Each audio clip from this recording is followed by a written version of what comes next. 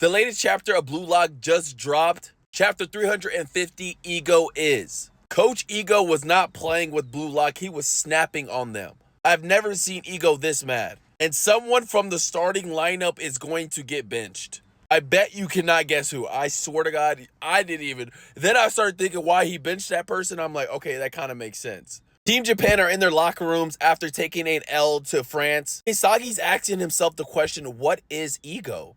Also, there's a disclaimer from the author. There's going to be some panels here that are not going to be finished work, but low-key, when you get to egos, there's some parts of ego that's not finished, and it kind of looks cool. After Isagi asks him that question, everyone in the room are thinking the same question, like, what is ego? Machada's the only one that had an answer that was like the monster inside you. Everyone's having a different definition of what ego is. Isagi points this out, like we all have a different definition of what ego is. We need to get in agreement of what is the world's top egoist. So it makes it way more clear of what their actual goal is and what they gotta fight for. So Isagi hits the nail on the head because right when that happens, Ego's walking in the door and saying a good plan to Isagi, saying and he starts explaining what ego refers to. It's the play style that you have, like whatever play style you have, that defines your ego. Ego starts talking about how humans are social creatures. We can't survive without human connection. And this is where he goes around talking about your surroundings kind of dictate who you're going to be, like from your family, your friends, the school you went to, your work. And he calls this game life. The definition that ego gives about what ego is the compass of what sort of life you will live. To give an example, like Naruto, like never give up, like that's his compass. Everyone's starting to realize what ego is saying and makes sense to them. Joe starts to realize that everything that ego was setting up when they were doing the early stages of Blue Lock was for them to face their own ego. The world top egoist is the one who lives with the playing style most suitable for being the best in the world.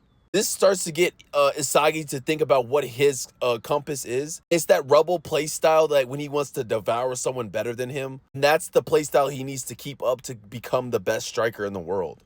Then here comes some negative shit, bro. Kizaru's like, but we lost, though. So your theory doesn't hold up. Based on your theory, what Isagi and Rin did when they both collided for that final goal, they missed. They both were doing something correct when technically Rin should have never been there. This is where he starts saying, we are starting to doubt your methods. Kizaru just pissed me off with this because I'm like, bro, ego got you to this level and you're disrespecting him like that? Talking about you doubt his methods?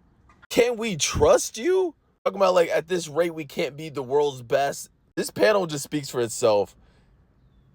Ego just laughing his ass off. That's why I said when the artist didn't finish the artwork for the manga, it low-key works with this panel because it makes him look even more insane.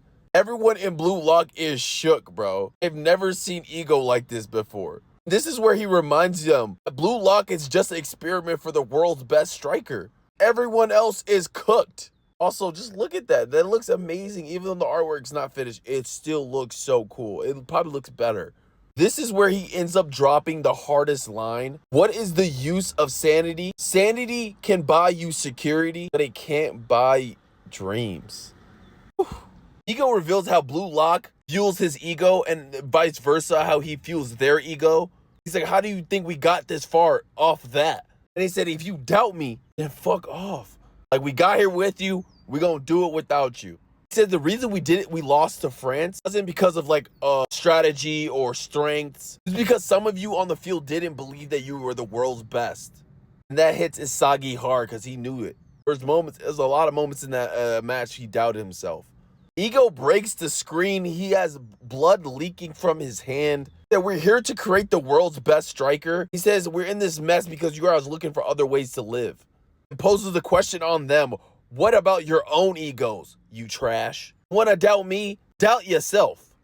Then he just reminds them, okay, at least just the group stages. There's still a path to victory. But basically saying like, y'all better pick y'all shit up right at this moment. Tells them to chill out to have a better tomorrow. Isagi says, in that case, just leave me out of the next match. Everyone is shook that Isagi, that's the star player. He's like, don't play me. The reason he's saying this is because he didn't believe that he was the world best when he was playing that France match. And he's the reason why he let down Blue Lock and that the Blue Lock needs a reborn without him being the center. Ego thinks about it for a second. Oh, a rebirth. Yeah, we do need a rebirth.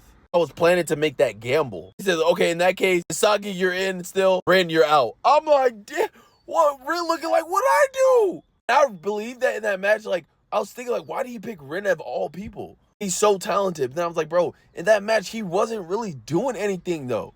He did nothing. Like, Asagi, even though he, like, did more, like, he had that final goal, and, like, Ren just tried to, like, take his own shine from him instead of making his own shine.